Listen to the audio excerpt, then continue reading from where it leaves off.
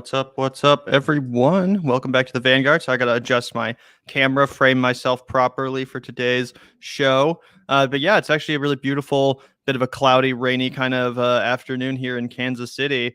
How you doing, Zach? Fucking so relieved that it is not boiling hot outside. You know what I mean? Oh my God, it's so nice to be able to walk outside and not want to kill yourself from the fucking just intense baking heat of the summer sun. Obviously, every summer is hot, but in Kansas City, it's been a particular roaster. Obviously, there have been heat waves all across the country. So yeah, nice to just go outside and be like, wow, this is what it feels like to enjoy the summertime. 78 degrees. I'm warm. I'm happy. Yeah, it was good morning.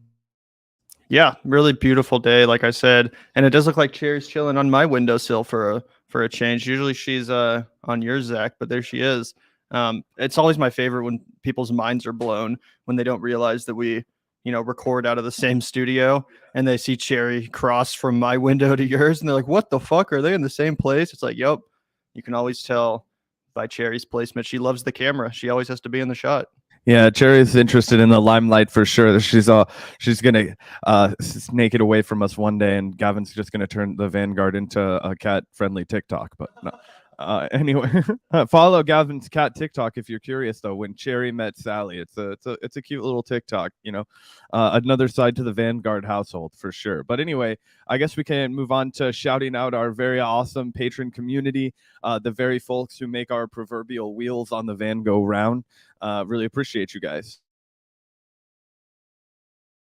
Yeah, absolutely. Sorry, I was just pulling that up, but here we go. Big shout out to the patron community. Thank you guys so much for the support. As always, we like to start and end all of our live streams with a big shout out to the patron community for making the show possible.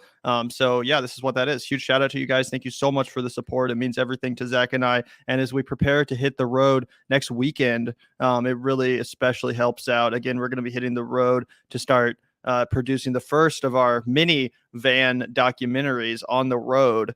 So again, the patron support is more meaningful now than ever. Thank you guys so much for the support. Would not be able to do this show without you guys. And speaking of support, shout out to you, Ramian, for the first super chat of the live stream. Thank you so much, Ramian, for the $10 super sticker. Really, really appreciate that. Yeah, and in 7 days' time, Gavin and I will actually be deep in the effort of creating our very first on the road piece of content. So yeah, that the clock it's winding down. We've been doing a lot of work behind the scenes, and we're super excited to get out on the fucking road. So we'll make a few quick teaser clips for you while we're doing that and out there, so everybody will get to see that it is coming to fruition. But yeah, got a great show today planned. Going to be kind of a kickback, kind of a chill day. Not a ton of earth-shattering news. But a lot of good stuff to kind of wade through. So I'm excited to chat about a good collection of bits and pieces. Yeah, absolutely. Before we get into some of the junk food, I guess we should start with some, healthy vegetables. Let's talk a little bit about the Inflation Reduction Act, which does appear that it's going to pass. It seems like it's just up to the House now to vote on this thing, and it's without a doubt going to pass the House, which will put it on President Biden's desk. But yeah, here we go. Senate passes Democrats' sweeping healthcare and climate bill. The Senate on Sunday afternoon passed Democrats' $750 billion healthcare tax and climate bill, and a significant victory for President Joe Biden and his party. Also, 750 billion. What did this thing start out at? Like at least 3.5 trillion, right? Well, Bernie started the negotiation at 6 trillion, right? And he was saying it should be $8 to $9 trillion, but we're going to settle for 6 trillion. And then it was 3.5, and then it was, Yeah, anyway, it's been massively whittled down, basically to the point where it's unrecognizable. But yeah, it's definitely being talked about by the media as if it's a real significant victory for Joe Biden. It says the final party line vote was 51-50, with VP Harris breaking the tie. The package is the product of painstaking negotiations, and its final passage would give Dems another chance to achieve major policy objectives ahead of the upcoming midterm elections, except for all the major policy objectives that were systematically stripped out of this bill, all the good stuff, basically, that was once in it. I mean, I understand that there's a few decent provisions left in this thing, but it seems pretty outweighed by a bunch of corporate handouts, giveaways to private equity, giveaways to the fossil fuel industry under this guise rise of climate action. So again, there might be a few provisions in here that are decent. Don't get me wrong. But I still think it's probably more bad stuff than good stuff. And I was just especially disgusted by the way that the Democrats voted against all of Bernie's amendments that would have at least made this bill more palatable. Yeah, absolutely. And if we can just throw this tweet up on the screen that I put in the back thing, it'll show you exactly how that was systematically done, right? So this is all happening in the late at night, right? They don't want this stuff to be happening like when people are like up watching, paying attention to it. It's all the back end of it, right? So cut Medicare drug prices by 50%. Only one senator, guess who, didn't vote for it. Expand Medicare. I guess I'll give a minor head nod to the two bros in Georgia, John and Raphael, for sticking with their principles and voting alongside Bernie Sanders with the expand Medicare. So they voted against it. Guess what? Didn't fucking matter. Or they voted to put it in there. Guess what? Didn't matter. Civilian Climate Corps, get that one vote for it.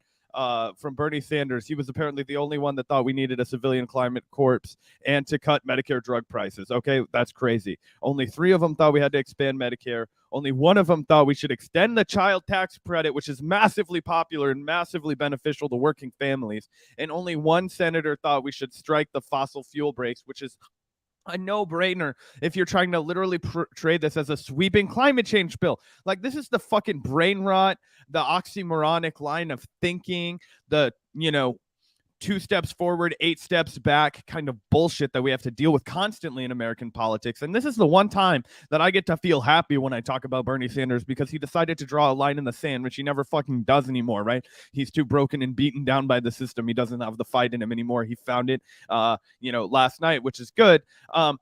But the fact that this is being celebrated at all, like I saw a bunch of tweets from like shitlibs on Twitter last night. Like, can Bernie Sanders supporters just not be pleased by fucking anything? It's like, I can be pleased by a lot of shit, and it has to do with actually benefiting this country and saving us from a global climate crises, which we are just woefully unprepared to do. And it's just bullshit to present this as anything other than a massive failure. And the fact that the entire media landscape, when you're not dealing with like fucking Fox News Republicans who are trying to tell you that, oh, we're actually raising your taxes and all this kind of shit. No, what we're doing is we're letting your planet fucking die. We're letting all of your neighbors suffer under a massive medical exploitation.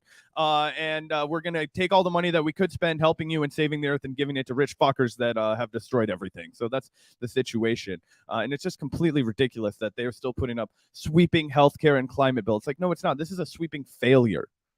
So true, Zach. And it kind of reminds me, honestly, of the whole Obamacare legislation, where it's like, yes, technically, there was some good stuff in there. More people did get insured as a result, but only thanks to a shit ton of handouts to the insurance industry in the first place. Same here. It's like, yeah, there are a couple good provisions. I think technically carbon emissions are going to be reduced as a result of this, but again, only at the expense of a ton of handouts to the fossil fuel industry. So it's kind of like, 1 step forward, 1 step back. Like everything in Washington, you get a tiny little crumb and then a bunch of bullshit. So that's how it goes, and this is no different. And yeah, don't buy the bullshit from any of these news outlets selling this as some massive sweeping systemic change in the system. Bullshit. It's only a band-aid. Yeah, and the comparison to Obamacare is very prudent, right? Because it gives the exact same situation where instead of Joe Manchin or Kirsten Sinema, we had Joe Lieberman. And Gavin and I haven't been following politics for a long time, but we've been following politics long enough to know the name Joe Lieberman when it gets mentioned, right? Because he was the stick in the mud that was not going to give us fucking healthcare, right? Or that was like the framing of the issue at the time, right? Yeah, the rotating villain of the time. And now it's just Kirsten Sinema, it's just Joe Manchin, and this time it's not healthcare, right? It's still healthcare, kind of healthcare, but it's mostly they're wrapping it under like climate change too. It's like, it's so fucking bad on the healthcare front that they have to pretend it's also doing something else now too, which is climate change. Anyway, it's not doing either of those things. Just like Obamacare was a total disaster. Even a public option would have been insufficient, but that would have been something that I could have at least looked at as a compromise and felt like a little better about it.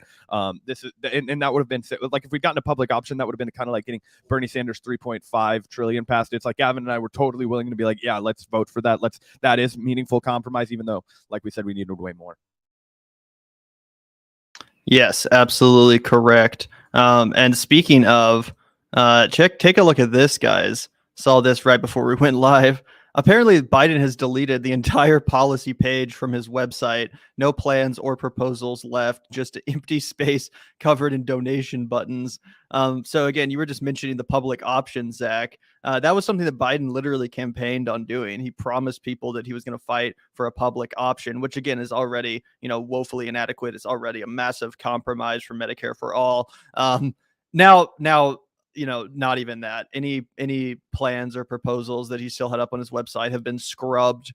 So yeah, don't expect anything more from Biden, regardless of what happens in the midterms. I think he's making it pretty clear that this is all we're fucking getting. The Inflation Reduction Act is it for the Biden presidency. Yeah, what a bold move, right? What a way to double down. I mean, wow, it's so interesting because my brain goes in two different directions with this strategy. One, it's like, wow, you were fucking shooting yourself in the head. You're just giving up. But the other one is, it's like, actually, I think if he just completely removes any kind of like conversation from what he wants to talk about, they might be able to make this election about Roe. They might be able to make this election about, I don't know. It'll be interesting. From any kind of ethical point of view, though, this is complete horseshit. This is the kind of worst instincts of politics, and it just shows you that it was all a lie. Obviously, we already knew that, water is wet, right? But it just shows that there is no there is no actual ambition for the Democratic Party. I mean, what a better illustration of what the Democratic Party represents than a blue, empty webpage covered with options for how to donate and no actual nothing there. It just says Joe's vision. Nothing. Joe has no vision. Okay? Joe can't even spell vision right now, probably. Like, you know what I'm saying? Like, this is ridiculous. Might as well just put a big old poop emoji right under that. Joe's vision, a big pile of shit. But yeah, also thank you so much, Brian, for the 199. The bill is far from sweeping. So true, Brian. Like I said, it's basically a band-aid. I'm surprised they got anything passed, honestly, but yeah, woefully inadequate. And also, thank you, Brian, for the 499. The Democrats voted against an amendment to limit new IRS money from targeting people with incomes under 400,000. You're absolutely right, Brian. One of the many amendments that were actually decent that could have made this bill a lot more palatable that were stripped from it. Yeah, absolutely. Look, that's why people hate the IRS, right? The IRS would actually be, I mean, people still, I saw a bunch of polls the other day where people were like, actually, the IRS is popular compared to other United States institutions. Fine. It would be even more popular if they didn't spend a bunch of time hassling small business owners that made like 80 grand one year, or a bunch of poor people that made like 35 grand one year, right? And actually fucking fished out the motherfuckers that were stealing millions, if not billions of dollars in taxes every year. White collar crime that actually costs us a fuck ton more money. But it's more difficult to prosecute because those people have fucking fancy lawyers and, connections, and they'll just buy off everybody by saying, "Oh, you do 2 years at the SEC, and then we'll fucking give you a job in our hedge fund for a fucking $1 million parachute and all that kind of shit." So anyway, yeah, that's why they voted against that, because they're all paid by those same lobbyists and those same hedge funds. But yeah, it would have been just a no-brainer if you ask regular people on the street. It's like, no, we should be going against the big fish. That's how this should work. Absolutely. Thank you so much, Brian, for the super chats. Really appreciate your comments and donations today.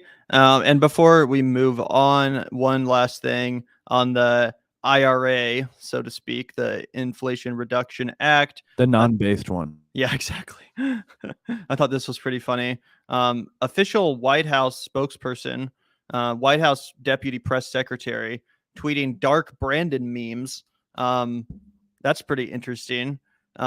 The Democrats have now appropriated the Brandon meme.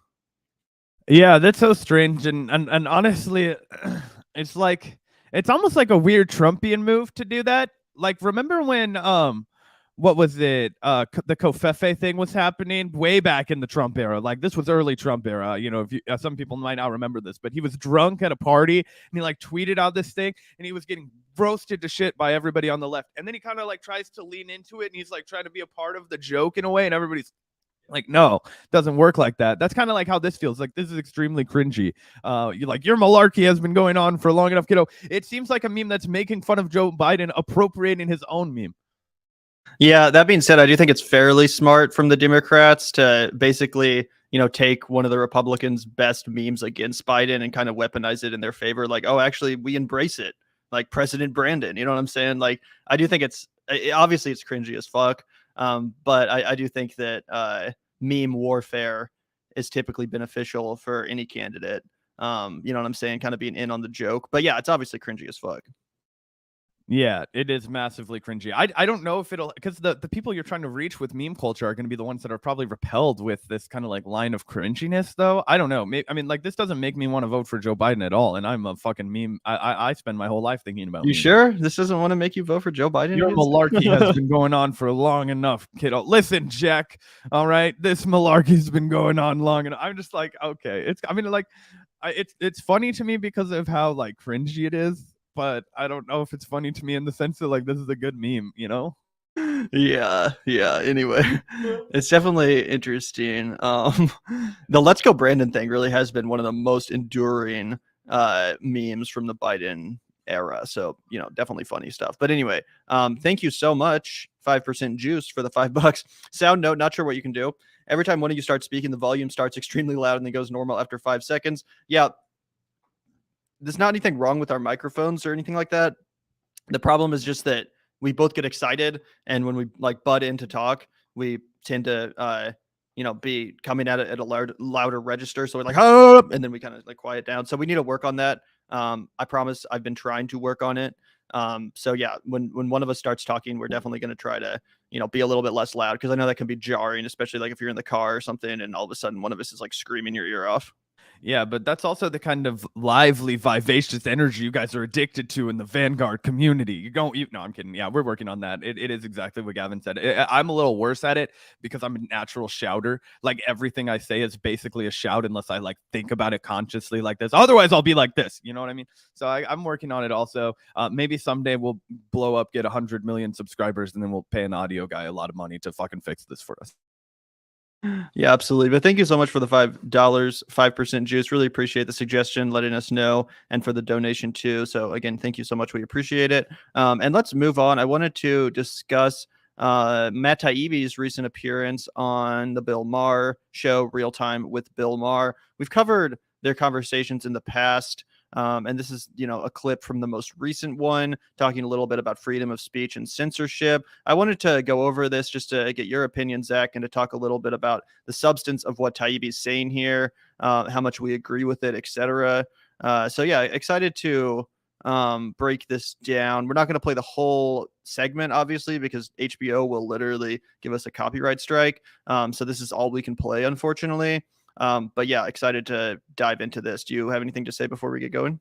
No, just that typically we've always shot the moon with these weird ass Bill Maher reaction videos. So y'all better say a prayer for us so we get in the algorithm. Yeah, let's take a listen here. Let's go. Who wins the freedom battle right now? What do you think? Well, first of all, I'm kind of an old school liberal, so I think if you don't believe in freedom for the people you really dislike, you probably don't believe in it at all.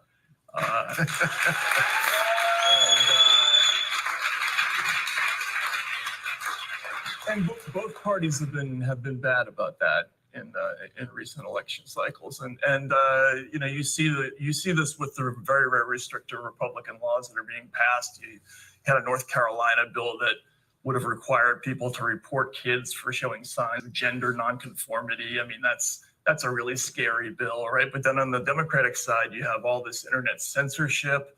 The state of California has 396,000 regulations, which is 100,000 more than any other state.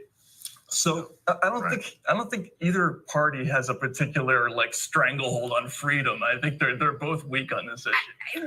And this is where I disagree. I do think that the Democrats will go into November as the party of freedom. I think that's the one issue where the Democrats are really, really weak on the freedom topic, is the freedom of speech issue. That's become a very difficult and fraught issue for Democrats.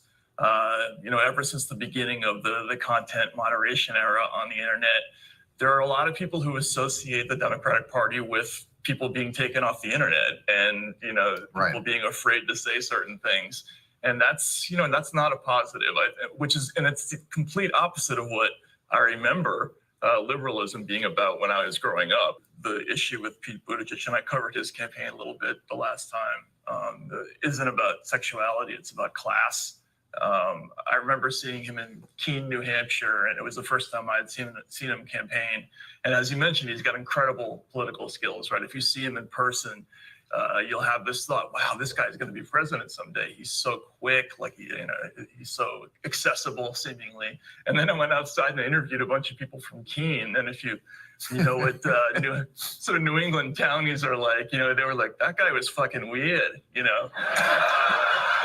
That's nice. So yeah, that's the clip, at least again, what we're able to play for you guys today, unfortunately, because of HBO's fascist policies of giving everyone a copyright strike who reacts to their content. But, just to, comment a little bit on the substance of what Taibbi was talking about, specifically with how, both the right wing and the left have kind of a freedom issue with the Republicans passing all of these like crazy bills. He mentioned the one about like gender nonconformity. That's really insane. But then also there's the Democrats who are more associated with internet censorship and content moderation and the such. And I think he's basically making a pretty good point, one that I mostly agree with. I think it's very toxic to the left when especially liberals, but anyone that considers himself on the left, is cheerleading censorship. And we have seen that quite a bit, especially in like the post-COVID era, I want to say, even in the post-Trump era, really, but it's really ratcheted up under the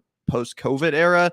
So I think he's 100% right about that. And it's something we've talked about a lot on our show, trying to hold our side accountable, saying stop cheerleading censorship. It's not a winning issue. It's a really toxic look. People do not want to be associated with a bunch of censorious, crybabies that need a safe space, etc.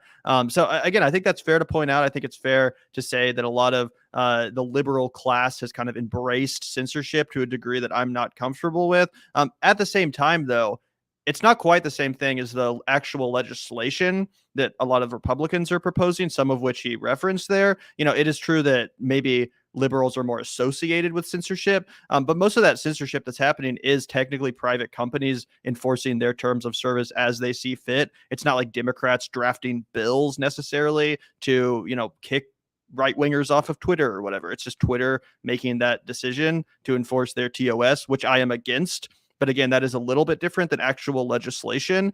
Still, not to nitpick too much, I think for the most part, he's making a pretty sound point. Oh, I think he's making a very sound point. And I think that, while I agree with you that obviously it's different on a debate level when we're talking about a company enforcing its TOS, and when we're talking about these more like fringe, less fringe and less fringe, but, the North Carolina bill, the bill in Georgia that Abby Martin sued over, you're not allowed to be pro BDS and speak in Georgia, and that's, massive free speech. So it's not just the, LGBTQ laws, there's also the BDS laws and all kinds of infringements from the right that are actually legislative and into law. But I think that what Matt is pointing out correctly is that people's lived experience with those actual on the ground laws that have taken place aren't as impactful to them. Like not as many people are impacted or affected by the pro-Palestinian or the pro-Israel legislation in Georgia or the Don't Say Gay bill in Florida,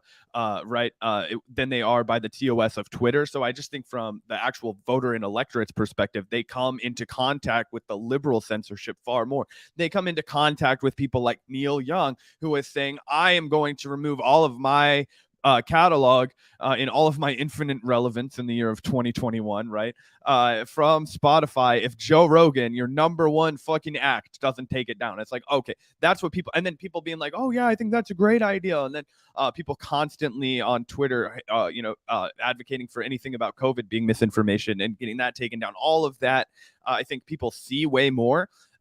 So even if it is more nefarious when Republicans are actually passing legitimate legislation that could criminalize this dissent and not just, ban you from a platform that is, obviously financially, lucrative for some people, but, not going to have like any kind of like criminal penalty for you. So I think that essentially he's, not distinguishing those two because I think the average voter wouldn't, and the person that's listening to Bill Maher probably doesn't. And so when it comes to electoral strategy and how popular Democrats versus Republicans are going to be, I think he's 100% right that it would be extremely difficult for them to run as the party of freedom, given that in the front of people's minds, neither party is the party of freedom because they're either trying to take away your right to an abortion or your right to like let your kid fucking live. Like, obviously, if reporting like gender discrepancies in my child's behavior, as Matt Taibbi said, is fucking horrifying to think about, right? But it's also not again, just not as something that as many people like live and experience every day. So the lines get blurred, I think. But yeah, overall, I really agree with the point that he's making, and I think that the left should be hard line anti-censorship, and go back to that same line of thinking that I think Matt Taibbi's envisioning, which is that Chomsky line of like, you have to be pro everyone's speech, otherwise they'll take away your speech, and that's how you win this battle, is with your words. Right. Yeah, I think that's spot on.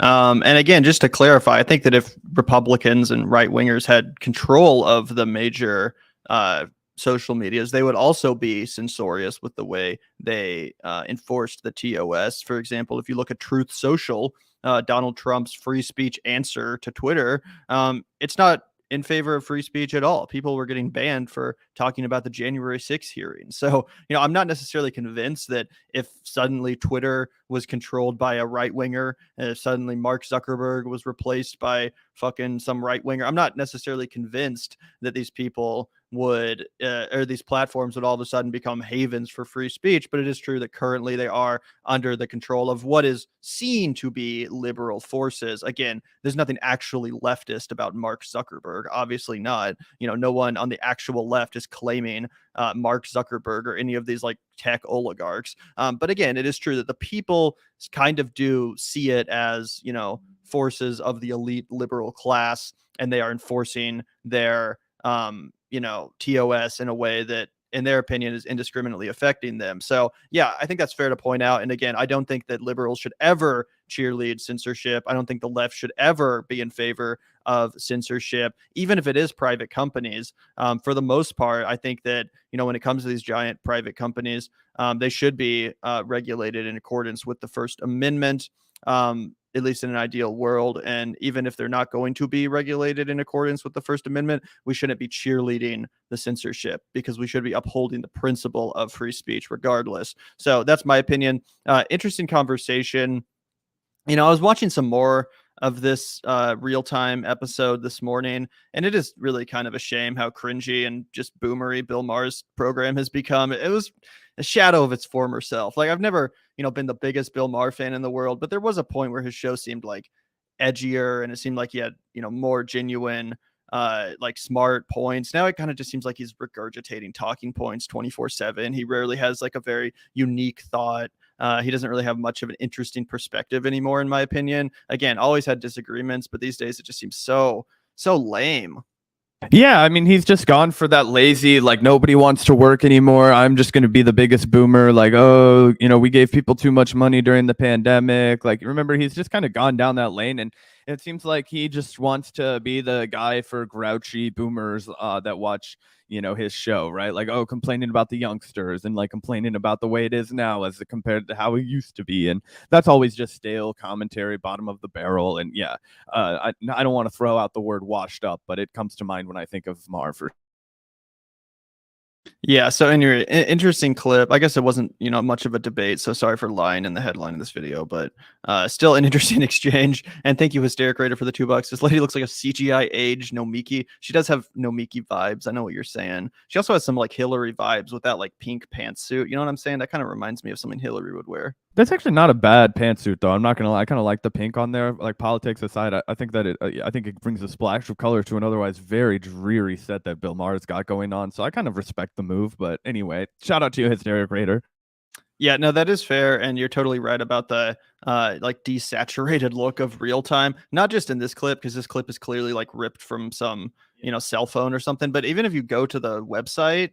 Like, even if you go, or not the website, the YouTube channel, and look at the actual clips from real time, it's so like desaturated. It looks like it's not properly lit. Like, they need to get like 5 more lights in there, because it's like dreary and like very dull lighting. So yeah, I guess you're right. At least she does provide a splash of saturation. Anyway, thank you so much, Hysteric Raider. Thank you also, Sam, so much for the $5. Love you guys. Thanks for bringing the Midwest KC West Bottoms perspective for the online left. Looking forward to the travel content. Keep it up. Well, thank you so much, Sam. We really, really appreciate that. And yeah, we're proud to be the resident lefties of KC, specifically the West Bottoms. Yeah, one day I wonder if that's going to bite us in the ass, Gavin. We could just get jumped so easily. There's only like 10 buildings to live in the West Bottoms. But anyway. I mean, we could get jumped already living in the West Bottoms. It is known for, it being a little bit of a dangerous area. So Not anyway, anymore, though, the fucking hedge funds are buying it up like crazy. That's the one thing Gavin and I can report on and will continue to report on from the West Bottoms. New York City hedge fund just bought up a fuck ton of the buildings by where we lived in an industrial area where there were very few places to like live in a loft. And now they're going to rezone it so they can put hotels and all kinds of fucking bullshit down here and charge Gavin and I so much money that we have to move. So that'll be our, odyssey soon. yeah, exactly. It's really a shame. I fucking hate gentrification so much. But yeah, anyway, Matt Taibbi on Bill Maher. Luckily, he didn't say anything super cringy, so that was good. For the most part, pretty on point. Yeah, it was great. I thought I agreed with everything that I, heard him say for the most part. So, Yep. There you go, Matt Taibbi. He always looks like. Sorry, we're gonna go back to this clip one more time. He always looks like he's holding in a fucking laugh. You know what I'm saying? Like when he's on TV or something. Like whenever he's talking, it always looks like he's about to laugh and like can't stop himself from doing so. I always get those vibes from him for some reason. Maybe not right here, but throughout the clip, like he looks like he's always like. I don't know. yeah, I don't know. I mean, yeah, I think he's just, trying to make a point. But, speaking of clothes, though, and what you wear when you go to your work or your line of professional. Well, that was funny response. Unless you had something else that you wanted to get to on this one. Yeah, we can move on. I wanted to shout out quickly the biggest controversy of the weekend over on Capitol Hill. It has nothing to do with the Inflation Reduction Act and the fact that they're giving a bunch of money away to the powerful, that they're sending $1 billion to Ukraine again, seemingly with, thoughtlessly another $1 billion. Here you go. But there was one thing that, thankfully we had Saagar on Jetty on the watch for, the truly despicable act of Congress that's going on right now. I mean, in the face of all kinds of horrors, right? War, poverty, plague, it all takes a backseat to this. And this is the kind of utterly disgusting shit that we just cannot as Americans get behind. So Gavin, would you please do the dirty work and put this on the screen? It says, is there any dignity left in this institution? Okay, we could talk about so many things that already permanently deprived Congress of dignity, and I would be so here for it. This is what happens when G7 leaders stop wearing ties and senators think athleisure is acceptable on a routine basis. Enter retiring Senator Richard Burr arriving in the Capitol. And then, wait, Saagar has more to say. Continue if we can just scroll down here before I get your reaction, Gavin, because I know you're going to have a lot to say too. He follows up with 2 more tweets where he says, if Senator Burr wants to dress like this on Saturday, he should take his stock earnings, join a country club, and resign immediately. LOL, such pearl-clutching bullshit. But this is my favorite part at the end. Everybody, and by this he's dressing every single rational motherfucker on earth besides himself. Everyone says they wouldn't care if our leaders voted better but dressed shittier. It's like, yeah, that's their fucking job. They're not fucking catalog models. Not true. Nothing more disgusting than a slob. LOL. You mean like committing war crimes, starving nations, invading fucking sovereign countries illegally in an offensive nature? No, none of those things. It's wearing khaki shorts to work that's got Saagar up in arms. Give me a fucking break. Yeah, this was pretty hysterical. Saagar has takes like this all the time. They're so weird. I'm like, well, I just don't get the whole like civility fetish, the whole like you gotta look proper and look professional. And so, like, who fucking cares? I don't give a fuck what you look like.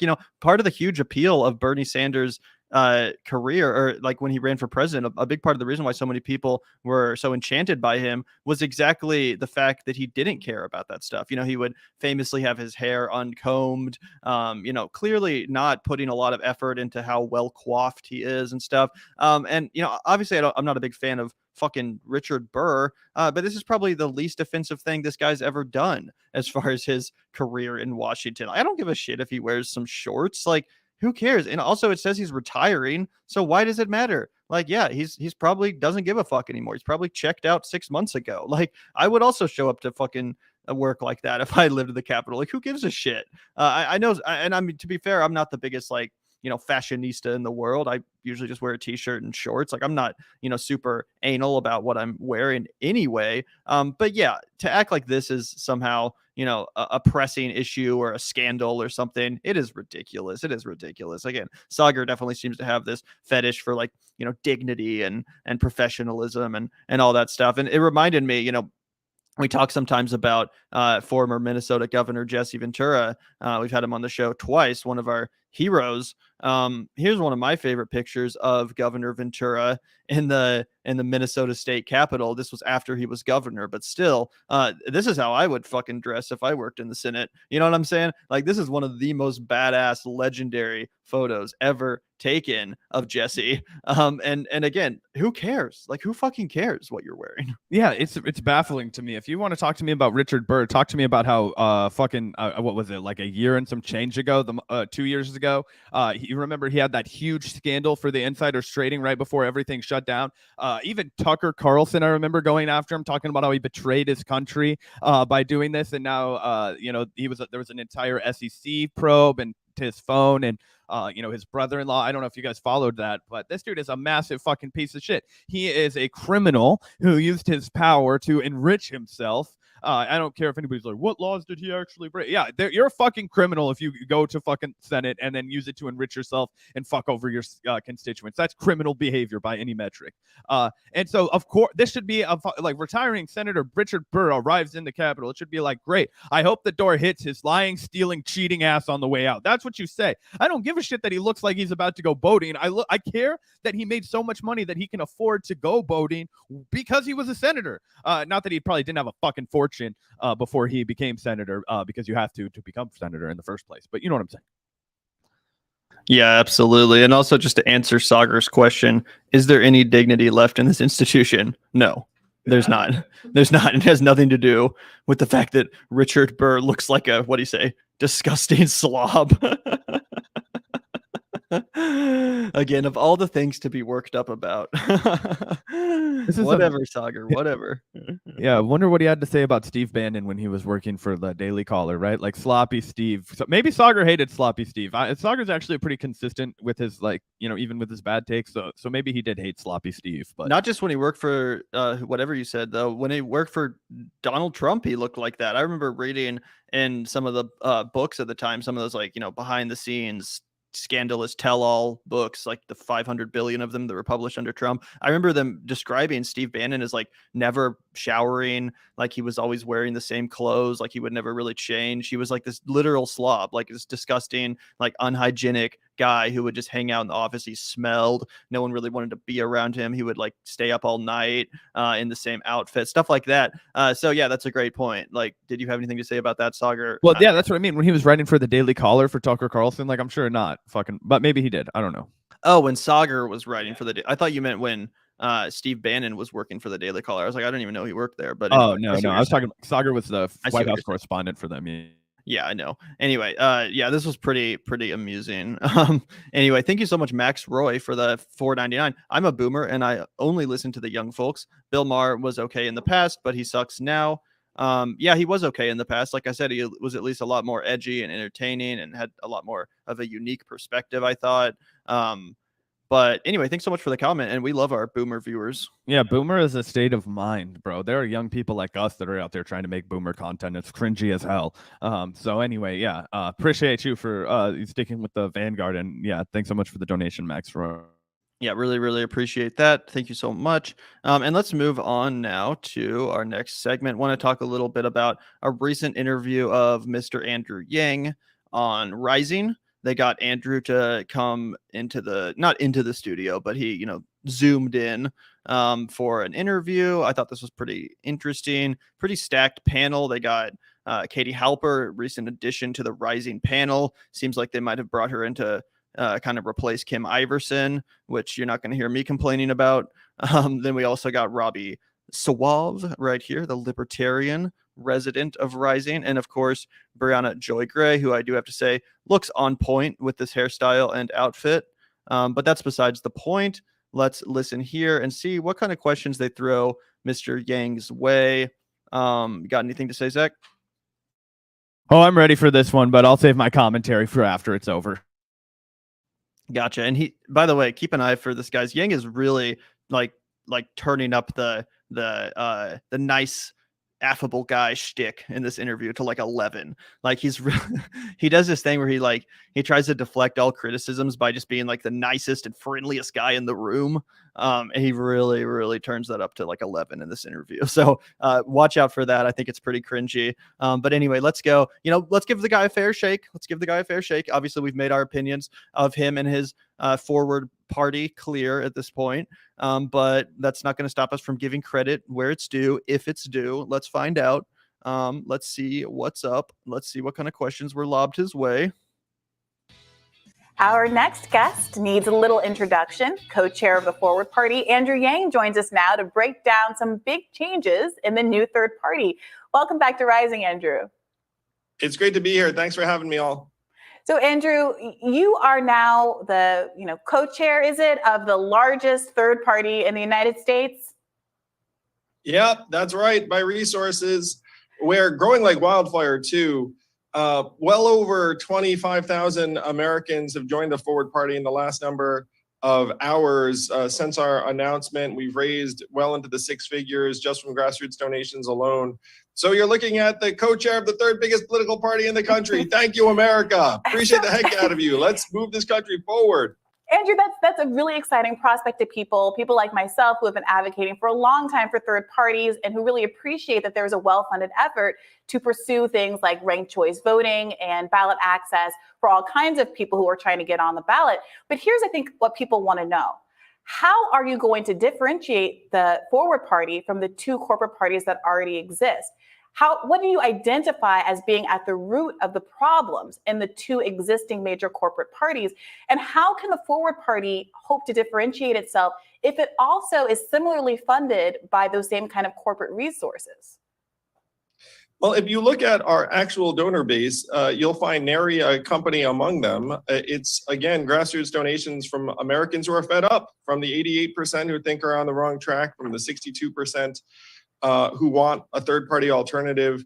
So this is the political party that is free of corporate influence, that was just going to try and move policy forward that actually helps people, families, and communities. I've kind of been entertained by the press accounts to the contrary, given that you could just look at our filings, see exactly who's funding us, but most people don't do that because they prefer a narrative that serves their interests. The people know we're on their side, and we don't control a damn thing except the hopes and dreams of the American people who want to try and get out from under this broken system.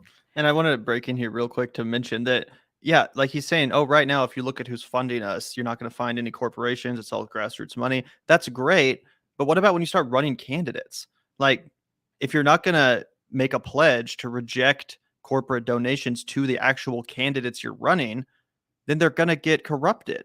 And of course, they're going to take that money. If they're not pledging not to, if they're not refusing it, and you actually start running candidates, that's when the donations come into play. That's when this matters. That's what we're talking about here. It's talking about the Forward Party candidates and how they're going to fund their candidacy. Obviously, it takes a lot of money to fund a campaign for any office. And the correct way to obtain that funding is to actually build a grassroots movement like Bernie Sanders did, refusing corporate PAC donations. But the fact that they're not making any sort of that kind of promise tells you everything you need to know. Oh, 100% it does. And look, the other reason, the elephant in the room, is why do you think that nobody is fucking invested in this yet? Because it hasn't been at all successful, and nobody has any reason to believe that it will, right? Why? Corporations don't just fucking piss away their cash on shit that they're not going to get an ROI on, right? They get a return on investment every time they kick the can over to Joe Manchin or Christian Sinema or any of these other motherfuckers that are in the Senate, right? That buys them leverage. Well, Andrew Yang doesn't have any leverage to sell yet. The second he acquires it, the second it's for sale is what he's telling you right now. So he's like, look at us, we have no power. And that's his deflection. But it's like, oh yeah, because you have no power is because the corporations haven't bought you yet, right? Like, it's the same reason why I can't just walk up to, to use a Silicon Valley analogy to reach Andrew. I can't just walk up to a VC and be like, hey, I've got this idea for a company. Why don't you write me a check for $10 million? And it's like, no. But you think for a second I start a mildly successful company in the tech vein that some other VC or another company isn't going to be like, oh, that's mine now, I'm going to fucking vacuum it up or I'm going to destroy you? Like, that's what's going to happen to this little Forward Party. If it ever gains any traction, it will immediately get bought off by the powerful. And the fact that you're refusing to say that you will prevent that from happening gives away the game. And that's why it's already a foregone conclusion. Right. And again, you can't say, oh, we're not accepting corporate money when you don't even have any candidates yet. That's when the corporate money comes into play. That's when that's who they're contributing to, is the candidates and their campaign. So yeah, once you start running candidates, then that's when it's really going to matter, not right now. Anyway, thank you so much, Hysteric Raider, for the $2. Forward Party is a startup waiting to be bought. Yeah, I mean, he basically is running it like a startup, just like everything in his career, because he's like a Silicon Valley brained entrepreneur capitalist. Yep. So, Andrew, are you saying that the Forward Party is willing to take a no corporate money pledge the same way that Bernie and a number of other progressives have done? Because when last we spoke, that wasn't the case. No, again, you can just look at who's funding us at any given moment in time, and you will see that it's just everyday Americans who want a better life. But are you refusing corporate donations? No, I mean, we haven't gotten any yet. I mean, I haven't had to make a decision on this. I would love to, for example, say we're not going to take any money from any Fortune 500, from any Fortune 1000 company along those lines. I mean, if there's a small business owner out there who wants to make a contribution, though most of them don't exactly have corporate PACs lying around. As the resident libertarian in this conversation, I don't particularly care if the party takes corporate donations or not.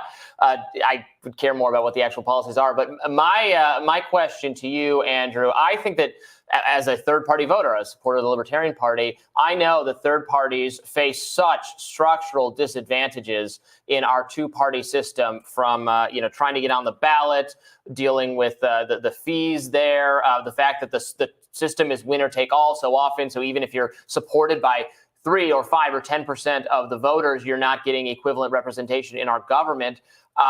Is fixing or addressing or arguing about the structural issues third parties face, is that going to be part of the Forward Party's efforts? Oh, Robbie, you're reading my mind, my friend.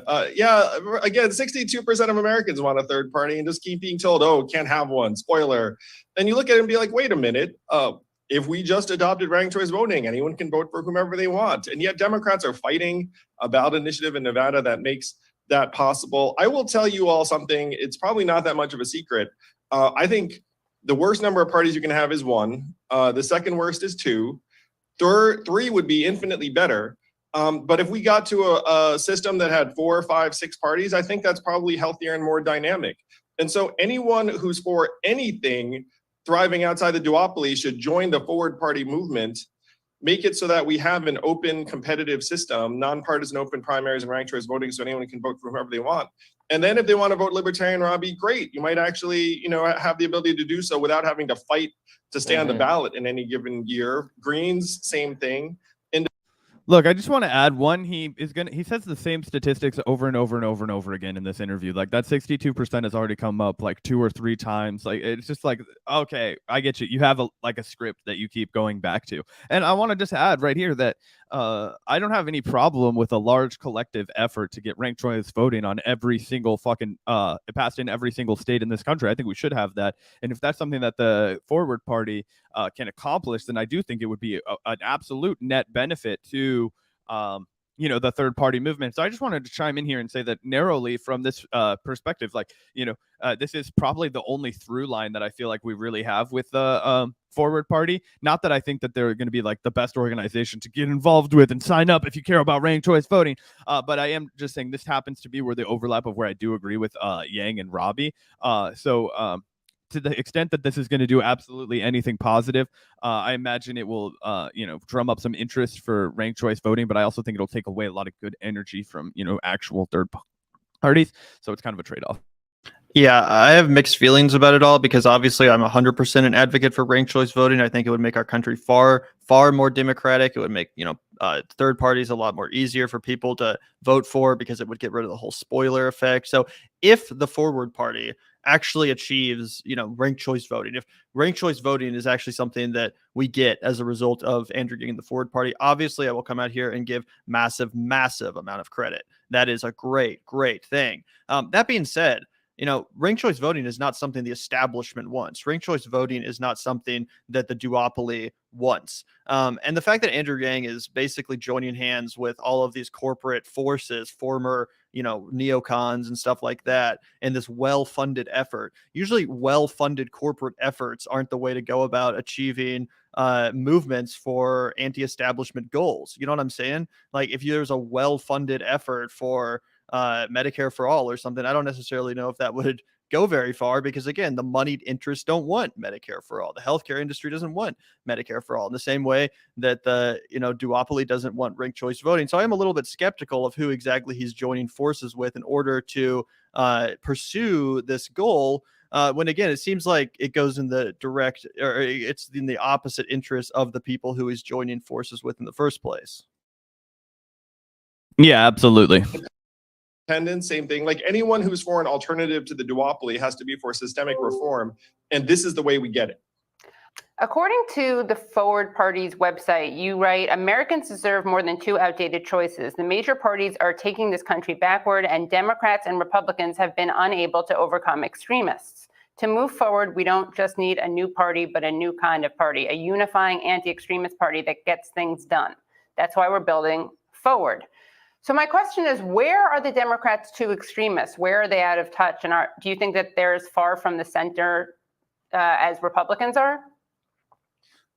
I'd be the first to say that the issues facing the two parties are not the same. They're asymmetrical. The Republican Party has become an authoritarian cult of personality. And it made me very sad when folks like Peter Maher, who voted to impeach Trump, lose in primaries, boosted by Democrats, by the way. Mm-hmm. There are distortions on the Democratic side that are not as dangerous in nature, but you do see people being concerned more with making ideological points than doing anything that's going to improve people's lives. And there are many, many Americans who tell me that kind of emphasis is one of the things that drives them in a two-party system to vote Republican. It's one reason why, again, you need a healthier, more dynamic system so that if someone, for example, is turned off by Democrats' emphasis on particular cultural points or messaging, that they don't necessarily go to the Republican Party, which in this case, in my view, is a threat to the country in its current form. Yeah, I'm really caught up in this idea of how to improve people's lives. I'm not like a lot of folks who would say it's impossible to have a big tent that has former Republicans and former Democrats under the same umbrella. I completely understand that because, as I said in my radar yesterday, there's a lot of that similar dissonance within the Democratic Party. As a leftist, I feel very alienated from the Democratic Party myself. But I am curious because what drives me and my solution, the solutions that I feel like are the most effective is my diagnosis of the problem and my diagnosis of Democrats and why they don't do things to actually make people's lives better, despite at least articulating a desire to do so. Unlike many Republicans, they say specific things about specific groups that are all right and good. My understanding is that they don't actually act on it because of corporate and political capture. You have, cabinet officials that work for Raytheon. You have the revolving door. You have pharmaceutical industries and billionaires giving more to Joe Biden's campaign than anybody else in Congress. And consequently, you see the positions that they take on popular programs like Medicare for all, resistance to popular interventions like a $15 minimum wage. So I'm curious, what is your diagnosis of the problem? Because it seems to me that even if people share different approaches to fixing the problem, if you don't similarly see kind of corporate capture as at the root of it, I'm a little skeptical of people's ability in a big tent organization to come to any agreement about how to move forward. Brianna, I'm going to go one step deeper. The people's lives are irrelevant to both parties in the current system. And the Democratic Party is like the Republican Party in that an issue is worth more to them unaddressed than addressed. And you saw that with Roe v. Wade. I mean, they had decades to codify it and they didn't. And then as soon as the Supreme Court ruling came out, they were very on the ball in terms of sending fundraising appeals. It's corporate money is certainly one big part of it, but it's even deeper is that you don't have a meaningful choice if they don't deliver. And that is true, 100% true. But the Forward Party isn't going to solve anything if they're not taking a stance on these issues either. Like, if they're saying, well, the Democrats only pretend to be in favor of a woman's right to choose, but when push comes to shove, they don't actually do anything about it. That's true. But if the Forward Party isn't going to come out and say, yes, obviously the correct position is to be in favor of abortion rights, then how does that fix anything? How does that add anything to the mix other than another mealy-mouthed bullshit corporate party that's just trying to get people's votes and money like the other two? Like, again, by not taking actual stances on any issues, and let me, be clear, they are not taking any stances on any issues. Let's take a quick gander at Andrew Yang's website, the Forward Party website. Here's their core principles. This is my new favorite hobby, is looking at these like bullshit fake political party platforms. We did this the other day with one of the groups that Forward merged with. Here's the core principles of the Forward Party, guys. Free people, thriving communities, vibrant democracy. This is the same thing they put on like fucking warehouse walls to keep you to keep you from killing yourself when you're at work. It's like family together, working hard, success. This is like, wow, dude, this is so dystopian, but it's real. Yeah, he has absolutely no solutions, and I think that the big problem that he hasn't thought through is that it's never, ever, ever going to work to have a political party where they have no political affiliation with each other. Essentially, what he's doing is he is creating a bipartisan heap of people who wish they didn't have to think about politics as much, who wish that it wasn't such a part of the cultural discussion, who wish that they could turn back time and just not think about it all the time. But those people have such a wide range of views when it comes, like when push comes to shove, that they might as well just not be in any kind of block together at all, right? Because you might be a Republican that doesn't care about fucking voting, but the line in the sand is like gay people and abortions for you. And then it's like you might be a fucking lefty leaning person that doesn't give a fuck about politics, but like, marijuana legalization is like the line in the sand for you, right? Like, obviously these are two stereotypes, but that doesn't bring you together on any issues. You know what I mean? Absolutely. And again, like, what does that even mean? Free people? Does that mean you're in favor? Does that mean you're a prison abolitionist, Andrew Yang? Is that what you're saying? I doubt it. That'd be nice. But free people, again, what are you, a fucking? Are you taking on the prison industrial complex? I wish. Thriving communities. What the fuck does that mean? Like, literally anyone would tell you they're in favor of that. A libertarian, a Republican, a Green Party voter, a Democrat, literally anyone.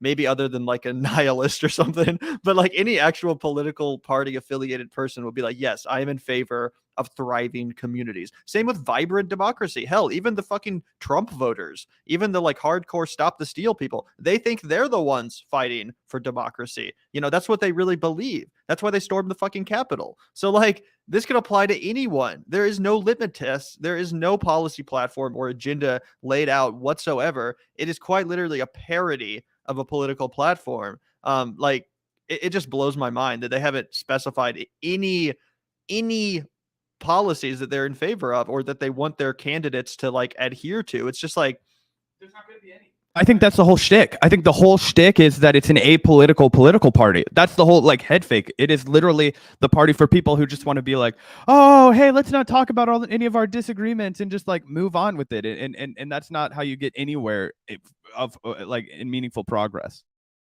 Yeah, well, let me, tell you something, guys. This is my opinion. The Forward Party might run a few candidates. We'll see. Maybe like Mark Cuban will get involved or whatever. But it looks to me like the majority of what they're going to be doing is actually like endorsing candidates, kind of like what Andrew Yang's previously existing PAC. I forget what it was called. Fuck. He had this. Like what the Working Families Party does most of the time, right? Don't they just endorse a lot of like other races also? I think a similar strategy. Yeah. So I think that the Yang's whole shtick is just going to be that, yeah, we're not really going to necessarily run candidates so much as that we're going to endorse candidates. And that just means he can endorse anyone, libertarians, Republicans that he thinks, it's anti-Trump Republicans, Democrats that he likes. So it's kind of just meaningless. Ultimately, it's all just a branding exercise, in my opinion. And if they ever do run an actual candidate for president, it's going to be some fucking billionaire like Mark Cuban. So again, this isn't like an actual populist grassroots movement, anti-establishment, not at all. One reason why the Forward Party is so important is that if, let's say, you are a progressive who wants certain things to happen, you have to ask yourself, is this Democratic Party going to deliver? And would it be more likely to deliver if you had another place that you could go that was competition, that was not the Republican Party? So you have an unaccountable, unrepresentative system where in 90% of the country, it's a foregone conclusion which party is going to win that race. And so you don't have a need to actually address any of the problems that are getting worse and worse. I mean, I think most of you know I ran for president because I thought things were getting worse for a lot of Americans. I mean, we're 28th in the world in various measurements. And as that keeps on going down in this dysfunctional two-party system, you'll have different stories for why the suffering is going up and the anger will rise and despair will rise. You need that to get channeled towards a party that will actually solve problems. And right now, neither party really needs to solve our problems in order to stay in power and win seats. I agree that neither party is solving. What problems, though? Again, he says neither party can solve problems. What problems do you think need to be solved? That's what we're asking of you and your fucking platform. If people are going to vote for your candidates, then shouldn't they at least be like presenting a vision for how to fix the problems, or at least what the actual problems are in the first place? Like, you can't just be like, wow, system sure is fucked up, huh? Oh, well, Gavin, didn't you forget 82% of people think there needs to be a third party? That's a problem in this country, right? 66% of people are unsatisfied with the way that things are currently being operated in our democracy. Like, those are the problems that we're here to solve head on. And actually, Gavin, I think we can solve that with things like ranked choice voting, with things like actually understanding each other. Like, I think that's just what he's going to pivot back to, but we'll see. And again, ranked choice voting would actually help solve that. So that is the single piece of substance in this whole entire project. The only thing that actually makes any sense. Because yeah, that actually would strengthen our democracy. That would give people more choice. And again, make it easier for third parties to succeed. But literally, that is the only piece of substance in this entire freaking project. Hilarious. Thank you so much, In Tompkin, for the $2 core principles. Yeah, it's so cringy. And as Michael points out, every time I see something like core principles on a document, I vomit a little in my mouth. This is pure corporate BS that you see in company mission statements. Yeah, that's what the corporate part, or the corporate party, LOL. Sorry, Freudian slip. The forward party. That's what it is. It's basically just like a startup, a fucking branding exercise for Andrew Yang. No different than anything he's ever done. Also a way for him to sell his shitty book. But yeah, totally. Yeah, absolutely. Yeah, and shout out again to you and Tompkin for the other $2. I love that they couldn't spell principles. I also am one of those people that has to like go in the back of my mind and be like, okay, principal is the one in the office. Principal is what you have. Yeah, exactly. Anyway, thank you so much, In Tompkin. Thank you so much, Michael. Really appreciate the comments and donations. Let's finish this out. The problems, and I agree with many of your criticisms of the Democratic Party, but my concern, or one of them, is that we already have a centrist party, and that's the Democrats. So having another party, I think, just pulls it further to the right. Pulls the Democratic Party further to the right? Yeah, and the entire debate, because presenting the Democrats as some kind of left-wing extremist equivalent of people on the right, I think will then just bring people further to the right, because you're positioning yourselves as between those two extremes. Well, if you look at what's going on within the Democratic Party, there are two versions of the Democratic Party, in my opinion. And I've been on the record saying, look, I think this Democratic Party should probably be two separate parties by now. I think this Republican Party should definitely be two separate parties from now. And then maybe you'd have a fifth party in the middle. And in that system, then you'd have coalitions coming together to get things done. So the question is, how do we get from this current dysfunctional, broken two-party system to some version of what I'm describing? And one reason why I think this reform is so vital is that a two-party system is uniquely vulnerable and susceptible to authoritarianism. Because if one party goes dark, then the whole system goes dark. And in a country where 88% of Americans think we're on the wrong track, it's unrealistic to think that one party or another is going to maintain power forever, which seems to be right now the Democratic recipe. I mean, we all know the pendulum is going to swing. The pendulum may swing as early as November. Well, it also depends issue to issue. I mean, both of you probably are not happy with, think the Democratic Party is not progressive enough. By both of you, I mean, Katie and Brianna, is not progressive enough on many economic issues. But I think a lot of voters would say at the local level feel that the Democratic Party is too progressive or too left on or in criminal justice issues, or is not rising to the moment on crime. So there'd be room for a further right Democratic Party on those issues. Can you get further to the right than the Democratic Party? More cops, fund more.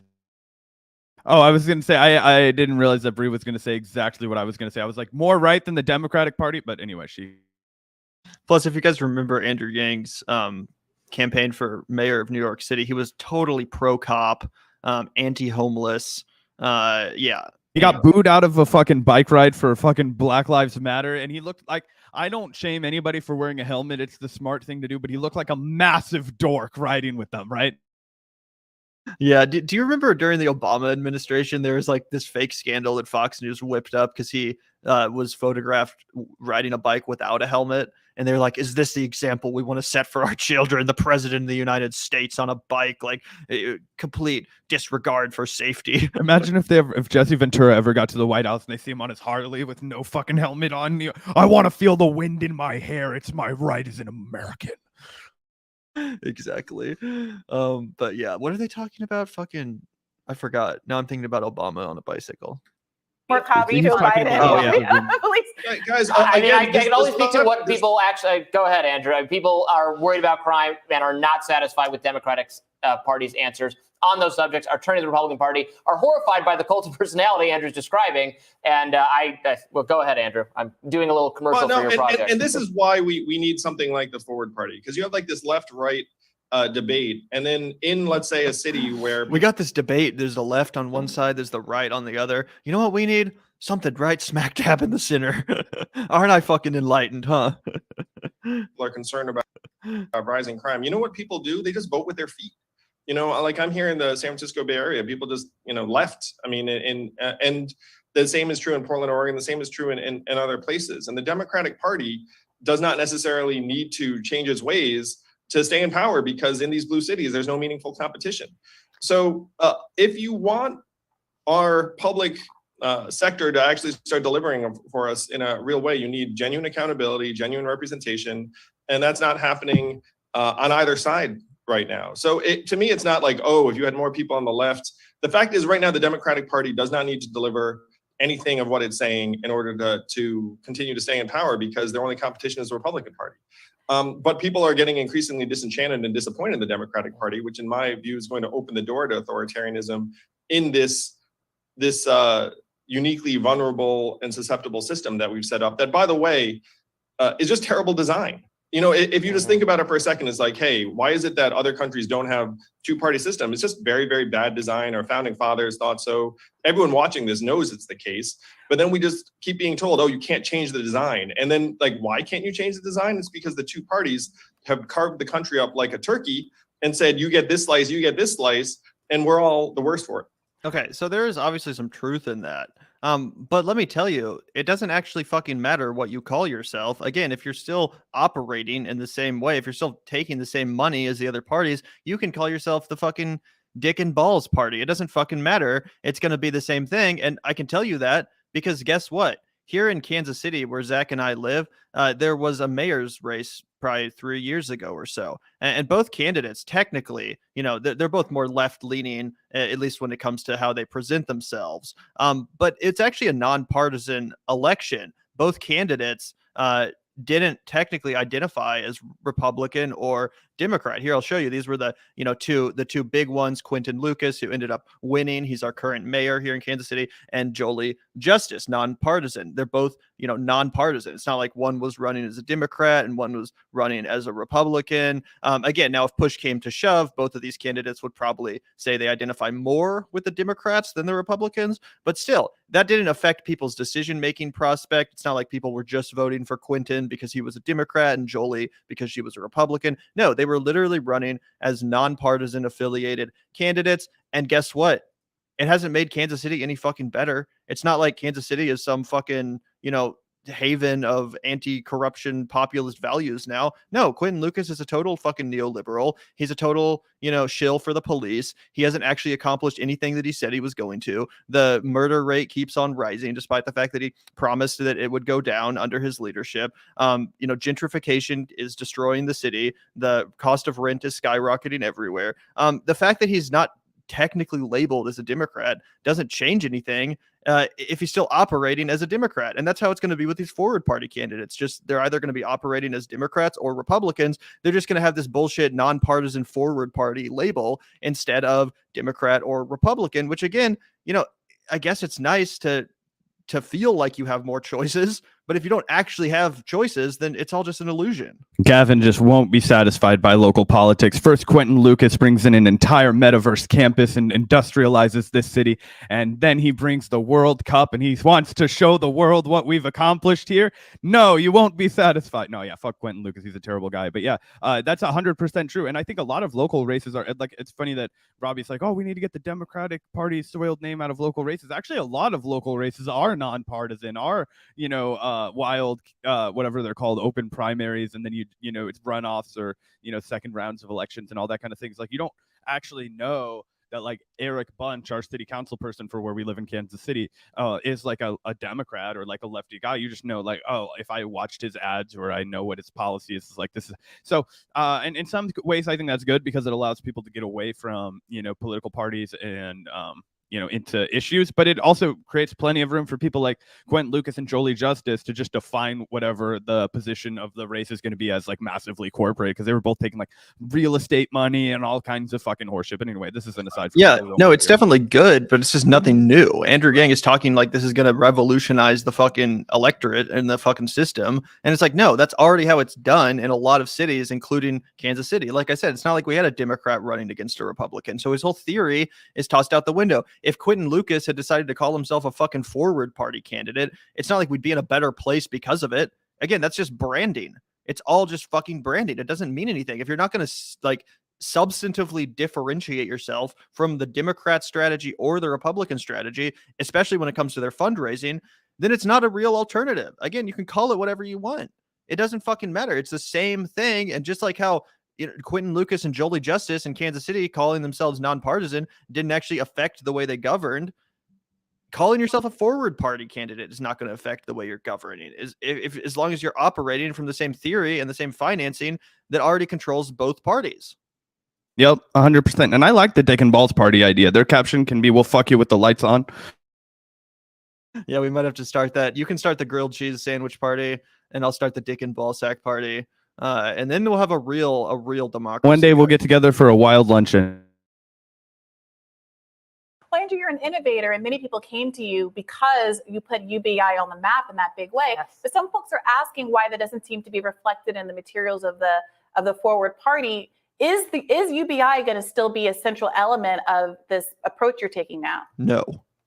I personally believe in cash relief and UBI, but I also have concluded that our political system will not deliver anything significant unless it is reformed and modernized and revamped. It's actually not going to not deliver. It's going to deliver strife, conflict, civil war, possible authoritarianism. And so in that context, I thought, well, let me try and cure the system, and then we can hash out how to address poverty, how to improve education, how to address climate change. But I became convinced, and I think most Americans agree with me on this, that this particular version of our political system will not deliver anything substantial unless we get to the root cause of the problem. So that's why I'm doing what I'm doing. Well, Andrew, thank you so much for joining us. Andrew Yang, everybody. Thank you all. Would love to see you on the Forward Party Tour launching in September, the first ever national convention. Can we count on the Hill to come to the first ever Forward National Convention, summer 2023? We would love to be there.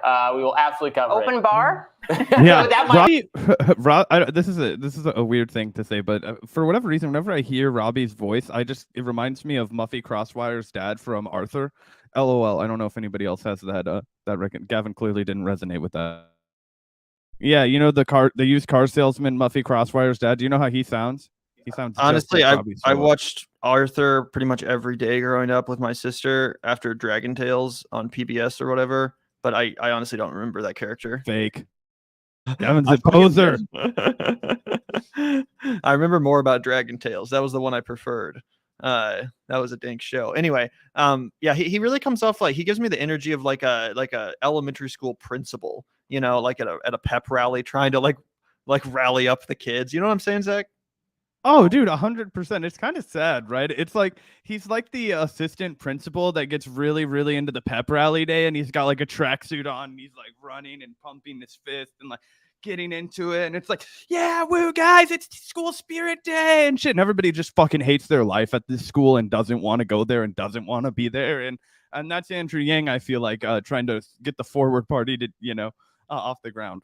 Yeah, just like how Kamala Harris also reminds me of like a middle school vice principal. Andrew Yang reminds me of like an elementary school principal who's like always like faking that enthusiasm. The whole like, oh, we have to be positive 100% of the time. Like we got to project positivity. Like that's the vibes I get from him. Again, obviously ranked choice voting is good if the Forward Party is miraculously able to secure it via their corporate funded efforts to.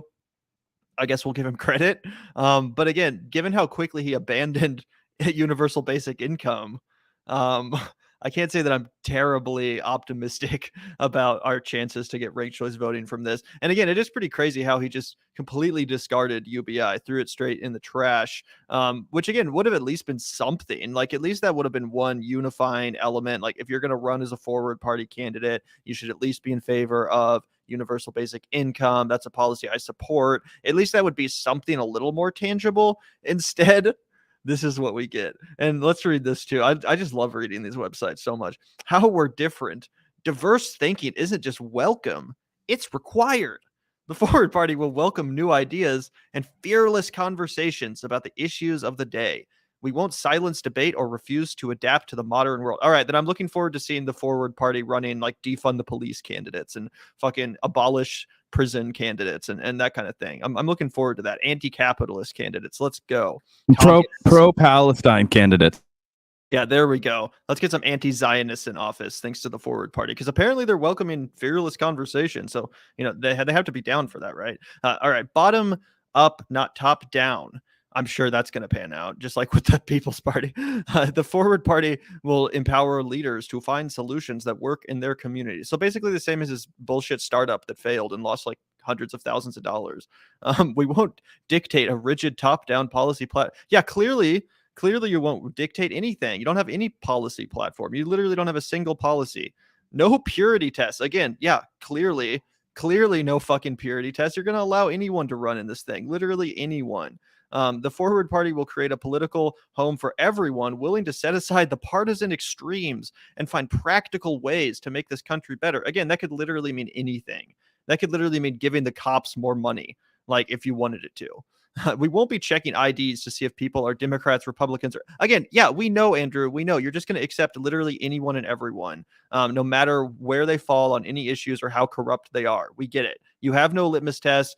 Any old piece of shit is going to be accepted into your party. There is no policy vision. It doesn't matter. All it's about is this bullshit branding of we're not left or right. We're enlightened centrists. Like, yeah, dude, we get it. More listening, less talking. More listening, less talking. The Forward Party will ask what we can do for your community. We will not ask what your community can do for us. Again, that means nothing. It means absolutely nothing. We're going to ask what we can do for your community. What if they say we want less cops? We want less funding for police and more funding for social services. I'm really excited to watch the Forward Party run some of those kind of candidates. You know what I'm saying? Well, they're not going to run it. I mean, I don't think they're going to run like, specific, like I think we talked about, they're probably not going to run like specific Forward Party candidates, but they sure as shit won't endorse anybody that's got a platform like that. I think is the reality here. And also, I mean, it just goes to this is a nothing burger, right? The Forward Party is a complete nothing burger. It will result in absolutely no change. It's just like a random protest vote. I don't even imagine people who are signing up for the Forward Party right now will even necessarily cast their votes for whoever the Forward Party endorses, right? Why would they if they don't have any like political connection to it other than the fact that they're not a Republican or a Democrat, right? I don't know. It all seems like such horseshit to me, but I mean, it is what it is, right? There's just nothing, like there's nothing there. Yeah, there's no there. And thank you, Charles, by the way, for the $5. Check out John Anderson's run in 1980. He took votes from the Democrats for a Reagan landslide. Are you talking about for president, I'm guessing? I'm not familiar with John Anderson, but are you looking him up, Zach? Yeah. Zach's ran in 1980 against Carter. Yeah, I mean, look, Jimmy Carter, to be fair, had been fucking up a little bit, so I don't know anything about this guy, but I mean, he may have had reason to run against Jimmy Carter. I'm not gonna, but yeah, I mean, there obviously have been instances of third party, but I don't know if it would have been within the margin to sway the election. I know in the case of like Ross Perot, it was within the margin and it did like sway an election. But anyway, I'll have to look into that because I'm not super familiar with John Anderson. Yeah. Anyway, check out the final 2 points on this. Work together, not against. I swear to God, these are like if you just told an algorithm to like generate centrist cliches, this is what it would come up with, guys. Like, this is parody. The Forward Party will strive for collaborative solutions. Make sure they work and try something else if they don't. Oh, good job. You found out how to solve. Like, that's just the most basic. Like, you just described like the most basic process of doing anything. Like, yeah, that's how people do things. Good job. You figured it out. We won't ignore problems so that we can use them to drive wedges between Americans. Nothing gets done when opposing views are treated like enemy positions. What if they are enemy positions? What if you haven't defined what your opposing views are? Then you can't just say all opposing views are treated like enemy. Like, sometimes there are legitimate views that should be treated like enemy positions. Like, what the fuck are you talking about? I have a lot of political enemies and I treat them as such because I'm serious about having my perspective win. Like, what is this fucking mealy-mouthed garbage? And then here's the best one. They saved it for last. Grace and tolerance. The Forward Party will approach each other with grace and tolerance, finding ways to pick people back up rather than knock them down. We won't cancel people or cast them out of the party for not falling in line. Well, that's easier said than done. But what if you have a candidate that's like turns out to be like a virulent fucking bigot? Like, what if you have a candidate that's out here like saying racial slurs and stuff? You're going to keep him in the party? Like, obviously, I'm also against cancel culture. But again, it's easy to say that when you don't have any candidates who have any scandals or anything like that to deal with. Like, are you really saying that anyone is welcome? You're not going to cancel anyone or cast them out no matter what they say or do? Like, all right. Yeah, I mean, I think it's all just, it's all political messaging, trying to like cast the widest net. I mean, he's just trying to gain popularity and stay relevant, Yeah, I mean, clearly that's what he's doing. It's just hilarious how vague this shit is. We won't cancel people. Well, thanks, Andrew. Looking forward to not being canceled. Anyway, we did get a couple super chats. Thank you so much, Brian Frederick, for the $4.99. Thank you so much. Robbie's libertarian instincts go out the window when he simps for the cops. Actually, that's a great segue. Before we get into the next segment we're going to do really quickly, I did want to shout out and play this really quick. Friend of the show, Olayemi Olorin, was recently back on Rising, and she got into a little bit of a mini debate with Robbie that illustrates exactly what you're saying, Brian. I had the exact same thought while I watched this. But yeah, let's quickly take a quick look. This is only a minute long. And yeah, exactly what you're saying, Brian. There's no world, no traffic infraction, the punishment is death. Not a one, never. So there's no reason why 8 officers should choose to go and shoot him to death. I guess I just don't have a lot of sympathy in this particular case, although I do. You don't have a lot of sympathy in this case where he was shot 60 times? After leading the police on a high-speed chase and returning fire? First of all, let me just say this. The police, no, let's because too often media reports on what are police stories as though it is the ultimate truth. We spend I agree with that. We spend a lot of time covering Uvalde yeah. and realizing a lot of police lying happens, right? I talked about Ronald Reagan where the police said, oh, it was an auto accident. Turns out the police killed him. We see too many discrepancies for us to consistently lean on what the police say is the truth. Absolutely. What we know is this boy, we've seen this on video, we know that he was shot at 100 times, 60 bullets hit him. He died. They riddled him with bullets and then they handcuffed his dead body. He was unarmed at the time of that. His gun was in the car. Police say, which has not yet been substantiated or corroborated, sure. They say they believe that one bullet might have come from the window. They said that that's what they say. Their argument is maybe. Right. Who knows if that's exactly. True. But what I do know is that they shot this boy 60 times for a traffic infraction. I know that. Yeah. So anyway, again, shout out to friend of the show, Olayemi Olorin, for bringing the heat to Rising once again. And just to address the substance of that real quick. Yeah, of course you shouldn't just take the cops' words for what happened. But even if we grant that he did fire at them a single round from his window, even if we grant that and say that's true, that's actually what happened, that doesn't excuse shooting 100 rounds in return, especially in like a populated civilian area out in the public. See, this is the problem with gun self-defense, is that if you're in a public area, guess what? You don't always hit the target. You can't just start shooting in self-defense in a public square, assuming it's going to hit the right person. There's a very high chance it's going to hit some random bystander accidentally. This happens all the time with police, where a stray bullet, flies into someone's house and kills some poor kid or something like that. So again, even if this dude had shot at the cops, that does not justify shooting 100 rounds at him, 60 of which hit him. Again, where did the other 40 go? Those easily could have hit civilian bystanders that had nothing to do with the situation. Again, you can't just start fucking firing bullets because one was shot at you. That's creating more of a dangerous situation for the public than there was ever beforehand. Oh, 100%. Yeah. And there's a lot to unpack here. One, I think she does a great job of just shredding any of this. Like, even as he recognizes or like rhetorically recognizes while he's speaking, not like internally, but like he'll be like, oh, of course the cops lie all the time. We can't we can't trust them until it's been verified. And he's like, I agree with you. I agree with you. I agree. Then he immediately goes back to just taking the cops' perspective. He literally just said, oh, this guy led the police on a police chase, so I think he should have been extrajudicially shot 60 times. I don't have sympathy for him. What the fuck is the matter with you?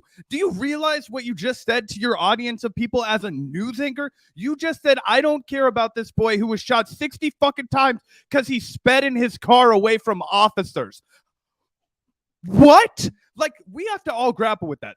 I think we all know what word that fucking suits is. I don't care about that guy because he was a black guy, right? That's how I'm reading that situation. But how else do you not care that this person was shot 60 fucking times for speeding in their car? They haven't been convicted of fucking shit else.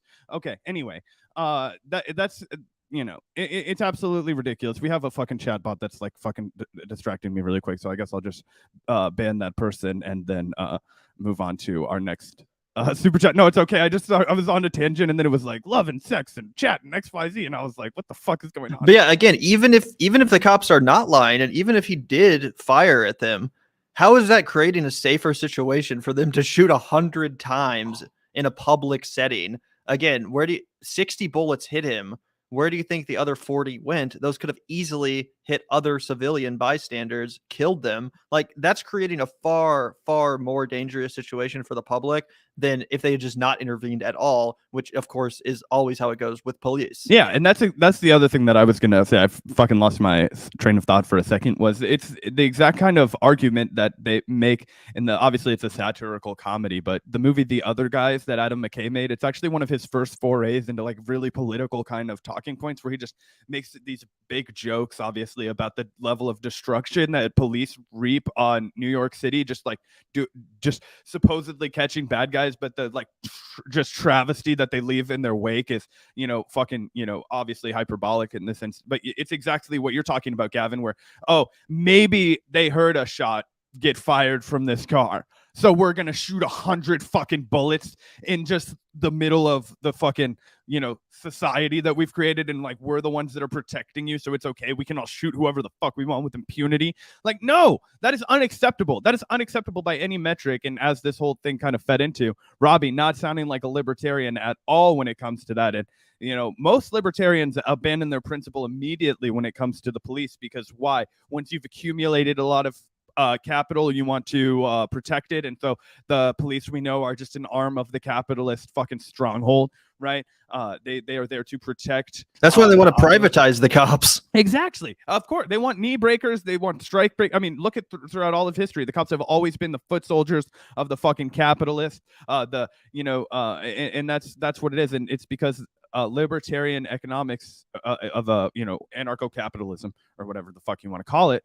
It requires the protection of your resources at the expense of other ones starving. So you have to have somebody to keep those starving individuals in line to protect you and all of your riches. And even consistent libertarians like Spike Cohen, who we've had on our show to debate, and he is a consistent libertarian. He wants to abolish the police. He wants to legalize all drugs. He doesn't want any kind of regulation of fucking anything. And I think that's crazy, but he's at least an honest guy and consistent. I'm sure part of his plan, if he ever gets rich, would be to hire a massive, massive private security group, which would be no better anyway. But it's still inconsistent with this idea that like the government is always bad, to then be like, we need more police on the fucking ground that can act with impunity. Right. Also, I like that you brought up The Other Guys, my favorite Will Ferrell comedy, and easily my favorite Adam McKay movie. Fuck Don't Look Up. If you want to watch a good Adam McKay film, watch The Other Guys from 2010. Yeah, 2010 with Will Ferrell and Mark Wahlberg. Hilarious movie. Michael Keaton too. You're right. Michael Keaton is actually awesome in the film. It's really one of the most underrated comedies of like the 21st century, if you ask me, at least when it comes to like mainstream fare. But yeah, definitely check out the other guys. That's a great recommendation. Yeah, it was just, but honestly, it's a movie I haven't seen in a while. I should probably watch it again. But I just remember that, like, when I watched it, I saw it in theaters with my sister. I think you actually saw it in theaters with your sister too. Little parallel existence right there. But like in the back of my mind, the like fucking destruction that the cops were doing, and I'm like, oh wow, that was actually very very political. But anyway, I did want to answer this super That chat. didn't occur to me at all at the time. I did not think about that political commentary at all. Well, it's still really funny if you didn't think about it at all. Mark Wahlberg it's again one of the few times where I like Mark Wahlberg, but I like him anytime that he's playing like a stupid fucking. That's because he's playing a dick. Yeah. Yeah, exactly. When The Departed, same thing. Like, he's a fucking asshole. It works. Anyway. But Charles K, this is a good question, and I'm interested to get your response to this as well, Gavin. Oh, it's the super chat that we got right after the most recent one we looked at. So we got the one about. Yeah. Oh, never mind. Sorry. Mine's loaded up. Anyway, we can go through a couple of these and then get to the one that I was talking about. Anyway, Dick and Balls Party sounds like a good time. It is a good time. Yeah, Gavin's going to be running as their perennial candidate. And Zach will be running as the candidate of the Hairy Butthole Party, which Pedro the Lion sent in $5 to let us know about. Thank you so much. Again, we're advocating for a multi-party democracy here, guys. We're trying to include everyone. Yeah, this is one of them. It sounds like a party in Rick and Morty, to be honest, the Hairy Butthole Party. Exactly. But thank you so much, Pedro. Really appreciate that. We got all kinds of ideas going on today. We're not excluding anybody. We're not canceling anybody. You can be the piss on your face party. I don't give a fuck. This is the one I wanted to react to. Yeah. So what is your opinion regarding Jesse V. Boldy supporting the Forward Party? How do you reconcile this? Sabby, Jesse V. interview. He wants to run as a forward candidate for president. Yeah, well, Jesse's made pretty clear when we fucking talk to him that he'll run under basically any party banner. I don't think he's super concerned about that. And I have, criticisms of the Forward Party, and I would happily, continue to deliver them regardless of who their candidate is. And I'm not 100% sure that Jesse will run as a Forward Party. I think that it's probably a really long shot. And while I would be interested in Jesse's platform specifically, I would still be massively skeptical of the Forward Party writ large. But I mean, the same goes back to 1998 when he ran for governor. He ran under the Reform Party, right? And that was a party that was championed by Ross Perot, who ended up being like a fucking very like hardcore capitalist guy. Ran because he thought that George H.W. Bush had raised taxes too much, and then that's what handed the election to Clinton. So I mean, the idea that we have to support it because Jesse is a friend of our show, and no, that's not a calculation that we would make. But I also don't think it's inconsistent with Jesse's value set in the way that he's lived his political campaign so far. He wants to be a candidate, and he wants to run on his own value set, and I think that's probably the pitch that was made to him by Andrew Yang, and that's something that's consistent with what he's always demonstrated his interest in doing: libertarian, Green Party, independent, whatever. Yeah, well, first of all, I actually don't think he was associated with the Reform Party until after he won the governor's mansion. I think he just ran as an independent. So just to clear that up. But yeah, I mean, Jesse wanted to run as a Green Party candidate, but then he felt like they weren't welcoming him and that he was kind of getting the cold shoulder for them. So the dude wanted to run as a Green Party candidate. I think that would still be like his ideal home if he could, run in that party. But I just feel like he kind of feels like he was excluded from their process and that they didn't really, welcome him with open arms, so to speak. So, if he's entertaining the idea of running as a Forward Party candidate, then that's probably just because he feels like he hasn't been treated well by the other third parties. So I guess I understand that. Again, I don't have the same experience he does. He has a lot of experience with these other parties behind the scenes, so he can make whatever decision he wants.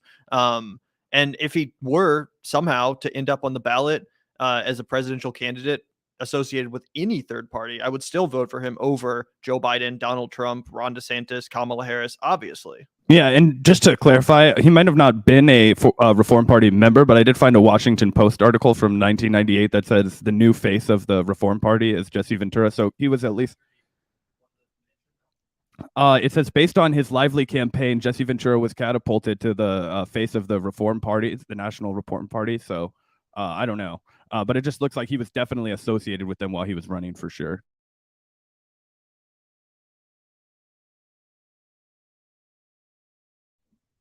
But Anyway, Anyway. we can figure out the details later. I could swear I heard that. Anyway, it doesn't really matter either way.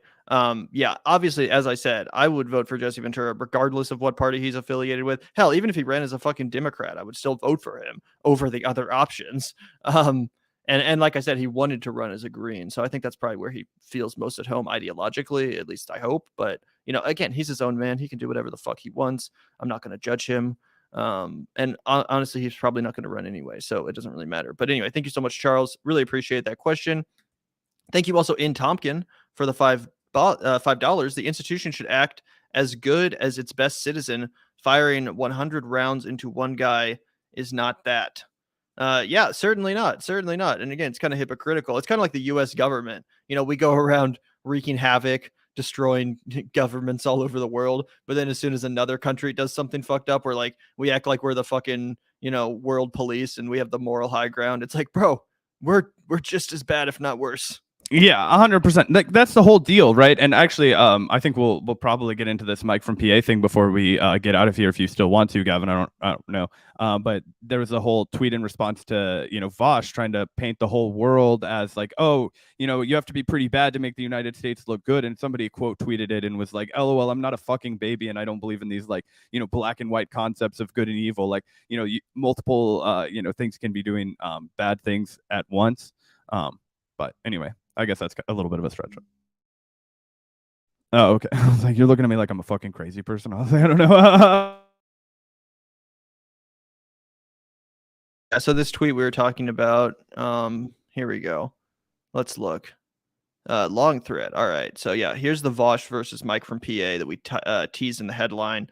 Black in the Empire says, do we all still have to pretend that the United States is a democracy? The COVID narrative didn't fall apart, that Russia was totally unprovoked, and there are no Nazis in Ukraine to fit in this society. Vaush says in the replies, out of curiosity, are you paid for this? Which a lot of people joke, wow, is that some projection, Vaush? Considering you constantly get accused of being on the payroll of like the CIA or the US government or whatever. So it is kind of funny that he's using that when people constantly accuse him of being paid for his opinions. Anyway, you seem to have one political belief. You want Ukrainians dead, and you tweet uninspired variants of that like 80 times a day. No hate if you are. I've just seen state media accounts with less zeal. Then this person says, liberals love blabbing on about the lesser evil. Russia and China are unquestionably the lesser evil in comparison to the U.S. Liberals should be decrying the proxy war in Ukraine. The U.S. is running and Pelosi's trip to Taiwan, but they celebrate it. Liberals are confused AF.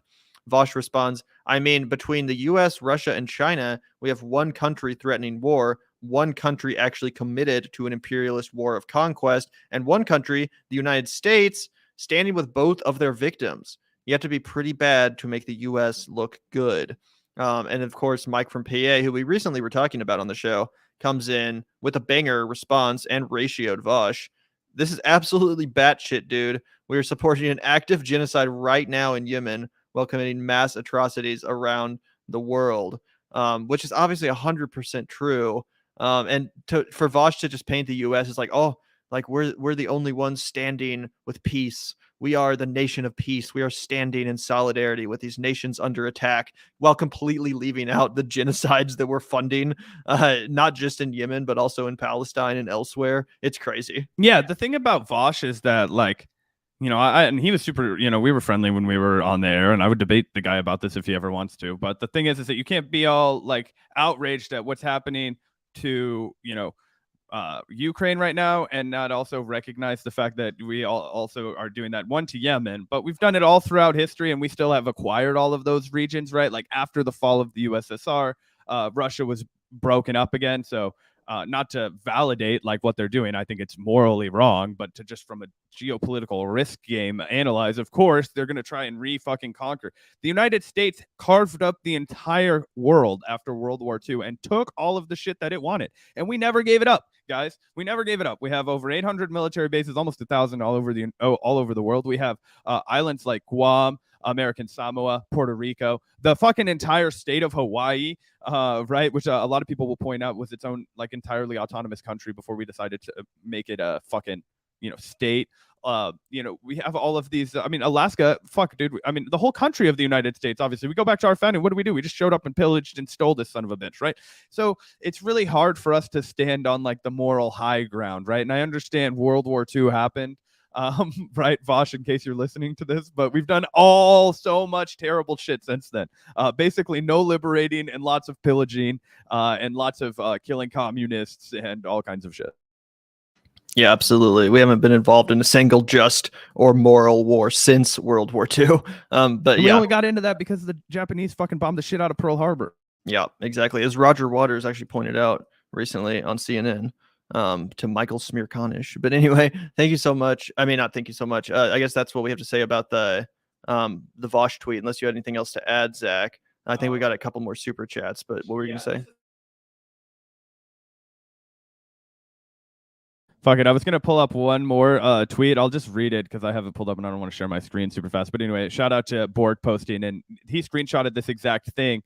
And he was like, sometimes I think I would trade anything to be this confidently stupid. And he had a screenshot of the Vaush tweet. He's like, I'm not a baby who wholesale believes in liberal notions of good and evil. So my opinions on the matter are nuanced. And that's the whole deal, right? Is like, of course, Mike from PA doesn't think it's good that Russia's invading Ukraine and that all those Ukrainian grandmothers and children and, all the destruction and death and terror that's being imposed on them. Of course, he doesn't support that shit, but he also can understand that we're not riding on a high horse there, pal. Okay, so it's like, oh, the United States looks so great. It's like, are you fucking dumb? You're just selectively looking at what we're doing and comparing it to other things around the world. It's very nationalistic and U.S. centric for sure. Also, what about the Ukrainian grandfathers? You always talk about the Ukrainian grandmas. What about the grandpas? Oh, I hate men. I'm a fucking misandrist, and I want all of those Ukrainian granddaddies gone. All the grandmas are for me, Gavin. Anyway, yeah, this was a pretty good tweet from Mike from PA. Again, ratioing the hell out of a just patently ridiculous take from Vaush. And yeah, obviously we had a great conversation with Vaush and we'd do it again. We'd happily come on to debate him again about this or anything else. Had a really good time chatting. But yeah, this is fucking ridiculous. Yeah. Also, really quick, Gavin, just because I got to do this. I have to do this. I'm sorry. But when a battle is waged, a winner must be declared. So I went ahead and went on the Minnesota Secretary of State website and looked at the ballots from the 1998 general election. And it does look like Jesse and May Shunk were a Reform Party. So you can go ahead and retract that correct. Actually, Zach, I was about to do the same thing because I did Wikipedia this one. And you were right. I was fucking wrong. I was wrong. No, I know you're kidding. But yeah, I was absolutely wrong. He did run as a Reform Party candidate. What I was thinking of is that he left the Reform Party about a year in. I was thinking that he joined the Reform Party a year in, but it's actually the opposite. So yeah, Zach is correct. Apparently, I read, and I just know this because I read this Washington Post article about it. Apparently, he started to have massive disagreements with Ross Perot, and the way that it was being run, and he thought it wasn't, up to snuff. And that's the thing about Jesse, guys, is like he'll go to the party and he'll be like, yeah, let's give this a shot. But he also has just ironclad integrity, and that's what I respect so much about the guy. Is like he's like, no, like you want me to go along with something that I don't believe in? Get the fuck away from me. I'll go do it myself, my way, and with all these other people who want to do it and seen it done, like honestly as well. So that's what you got to say about the dude. Absolutely. And I remember him talking a little bit about the Reform Party and how he compared it to herding cats, trying to get everyone from all the differing ideologies into one like political party under one agenda. He's like, it's impossible. And that's kind of the problem I think that the Forward Party is going to have too. It's like, if you don't impose any litmus test at all and anyone is allowed in, then it's basically just meaningless. Like, it's not even a political movement at that point. It's just nothingness. So I think that, if you're going to start a third party, it's okay to have a big tent, but there has to be like some unifying element other than just enlightened centrist garbage. Or else it's not gonna be a effective vehicle for political change. If there is no, outlined policy agenda of any sort, then again, it's not going to be an effective mechanism for political change. And that's, I think, the problem that the Forward Party is going to run into. Not that it's actually interested in challenging the establishment, but that's what it purports to be interested in. So anyway, but yeah, Zach was right about Jesse. Don't take anything I say seriously, guys. He was just joking to provide devil's advocacy. Yeah, I was trying to make the show more interesting for you guys. God damn it. No. But thank you so much, Tommy No Cash, for the $2 Yo Mofos Solidarity from UK. Mick Lynch be with you. Hell yeah, man. Solidarity right back at you. Thanks so much for the super chat. Thanks so much for tuning in.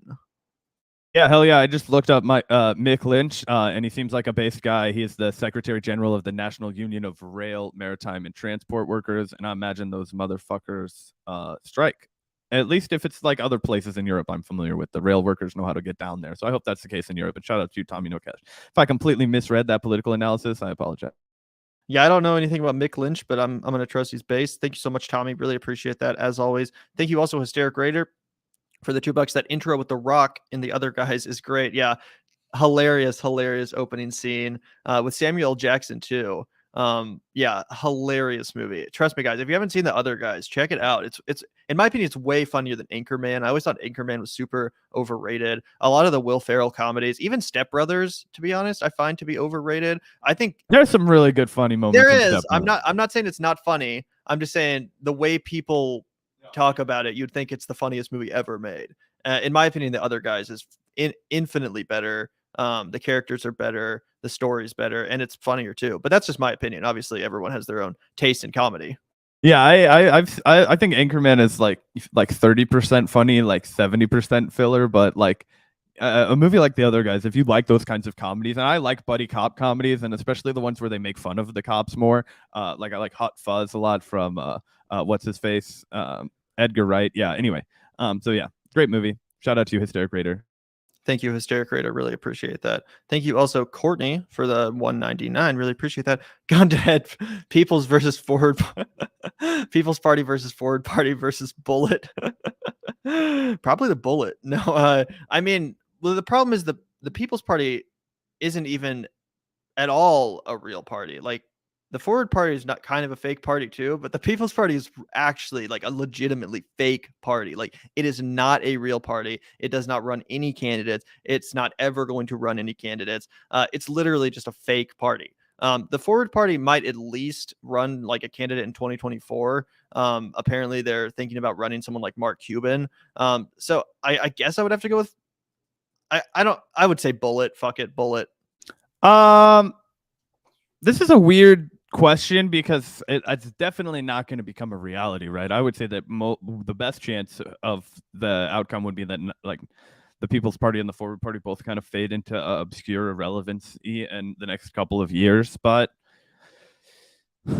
yeah, I'm a gambling man, and so I mean, I guess it really, I don't know. I don't know why there would be a candidate. I mean, I guess besides. I'm not going to vote for either of those things. I guess if you say gun to your head, I'm not fucking doing the other one. So then you're dealing with homicide situation, and hell, then I'll at least die a martyr standing up for my principles. So that's kind of romantic. I guess I'll take the bullet. Yeah, I'll just vote for Green Party and let these clowns, have fun. Anyway, thank you so much, Courtney. Really appreciate it. I think we're both going to take the bullet, but anyway, really appreciate that question. Thank you also, Sean, for the $4.99. All large powers do bad things, guys. We can't forget about our own bad history. I think that was in response to Vaush. Yeah. I don't know if you're like agreeing with what Vaush was saying though, or not. No, he's saying we can't forget about our own bad thing. Right. Well, yeah, obviously that's correct. I 100% agree with that. It almost sounded at first like you were making the might is right argument. Like, oh, we're a large power, therefore, obviously, like everyone does bad things. I didn't know if that's what you were saying, but I see what you mean, Sean. And yeah, I totally agree. You've just been brain rotted by listening to Vaush in preparation for our showdown. It was like, all powers do bad things. It was like, yeah, dude, but that doesn't make us good. Anyway. Which is funny because China defenders will say the same thing. They'll be like, well, all countries do bad things. Like, what do you want me to, criticize China? All countries do fucking bad things sometimes. What do you want me to do? Go crazy? Like, yeah, I know. Anyway, thank you, Sean.